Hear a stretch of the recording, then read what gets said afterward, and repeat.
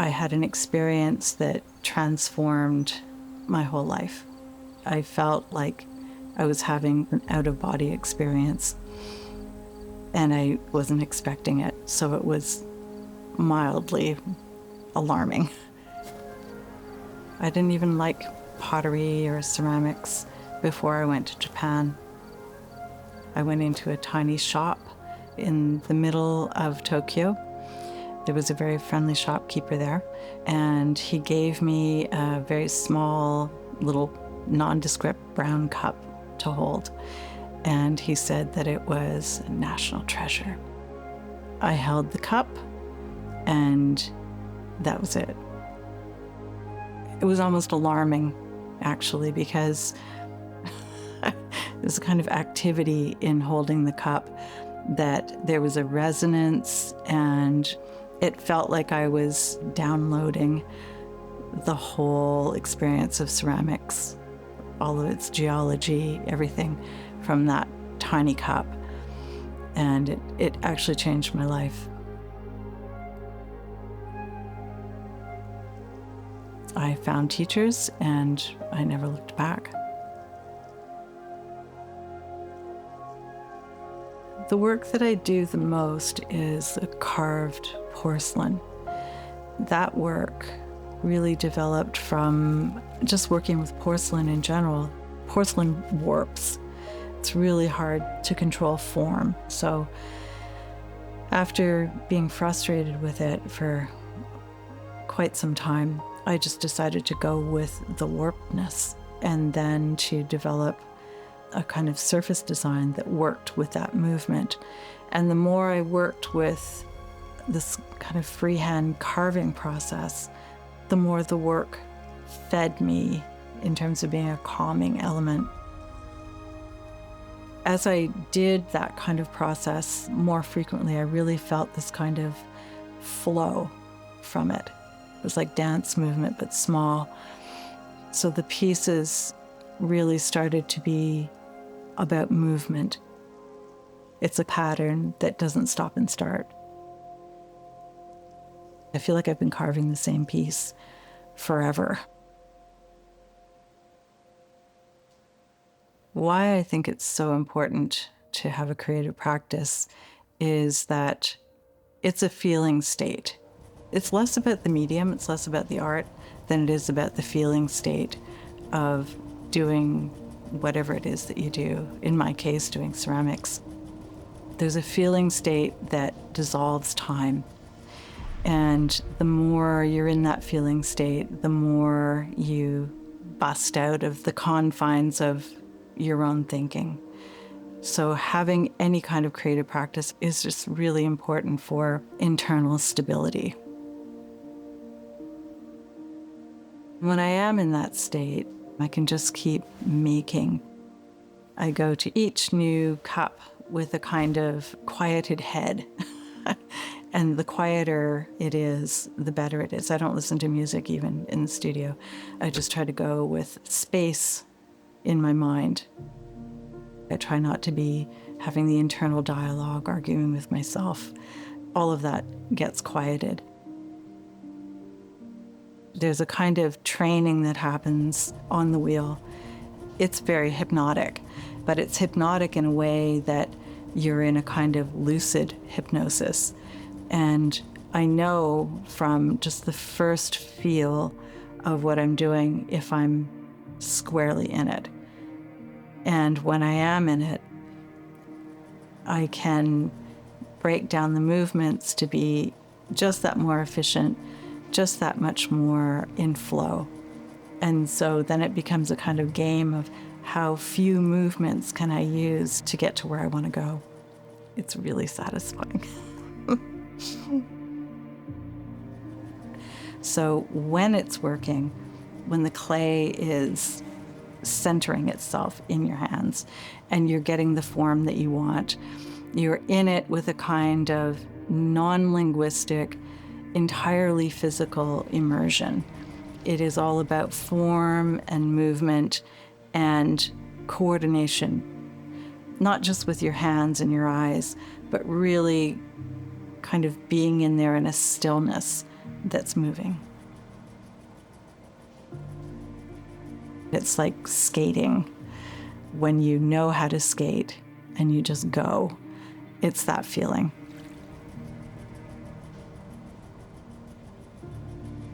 Being able to work like that has been a kind of conscious training, especially in managing the inner dialogue, the nattering, the normal, everyday stuff that you just want to turn it off. Using throwing as a kind of centering mechanism is really effective. I've used that consciously. It's a discipline in itself. It's taken a while, but really in the last few years, I've been able to come to a point where I can collect myself, get to the wheel, and have calm. This is something that's accessible to me. It's also something that I do every day because it's my work. So I can use it as a tool to get myself to where I want to be in my own way of being every day.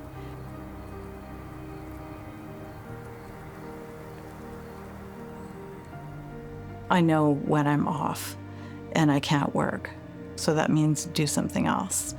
What I started to do when I moved here to Hornby was that I started to go down to the water. Really, it was just to be there.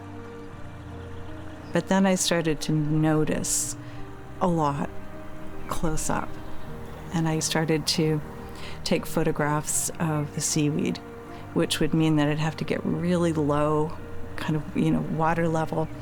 And this universe opened up at sea level with these shapes and color and light. And before I knew it, hours had passed and I felt different.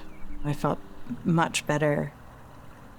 So that started to be a regular practice of mine. I would go down to the water with the intention of looking for cool seaweed and photographing it, and then carrying that kind of felt state back to my studio. And then I could get some work done.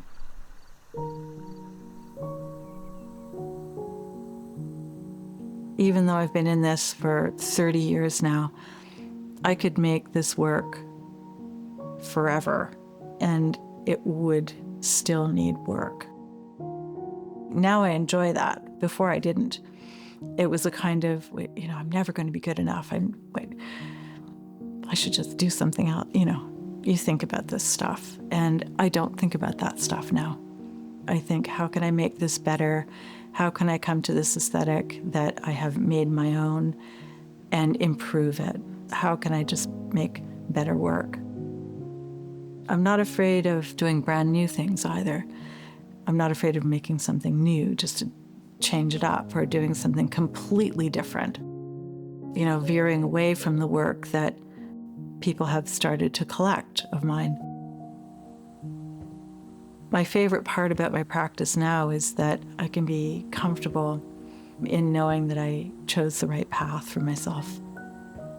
There isn't one thing in my practice that is the thing that makes me happy.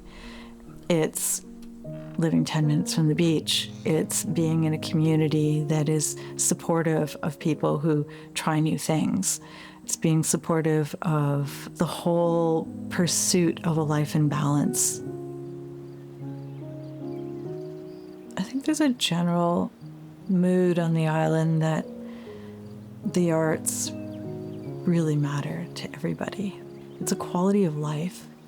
Art appreciation here, the meaning of that has a much more ecological inclusion. We enjoy slow, we enjoy the dark night sky, we enjoy all those things. That same kind of sensibility brings everybody out to the exhibition at the hall because it's a point of contact. We have an appreciation for life, human creativity, human expression. Doesn't matter what it is. The way people think of the arts here is inclusive. It's also expansive. People are willing to try new things. They're willing to see new things. There's just a general willingness to play. It's a normal thing here to be with the arts in unexpected ways. I think what we're talking about when we talk about art is limited. I think what we're going for is aesthetic qualities in our lives that we notice. We have a real impoverished idea of what enriches our lives in terms of our physical environment. Once you start living with things that are handmade, it's bringing humanity, a broader sense of human capacity into our lives, and having that be visually present, whether it's the garment that you're wearing, the blanket that you use when you sleep. You know that when you wear a sweater that someone made you, you have emotional investment in it. It's a different experience. When we surround ourselves with objects that have that emotional investment, we change our environment. And you're surrounded by things that you love, and also by people who you love. You wear your sweater that your grandmother knit you, she's there. If you drink your coffee from a mug that you love, there's a presence. So I think that we enrich our lives by participating in other people's artful pursuits. We enrich our own lives by embracing their lives. So I think it's important to have what you love around you, and that changes from person to person. It's not just about having a painting on the wall or having a nice handmade cup. It's really about treating your environment, whether it's just your home environment or the big environment, with a certain amount of care, much more care than we have been doing. It changes us as people. I'm doing this work because it feeds my soul and it makes me calm. There isn't a parallel feeling to the way I am when I've finished a bunch of work and I know that I've done good work. It's making work the best that I can make it and knowing that I have made that effort. That feeds my soul.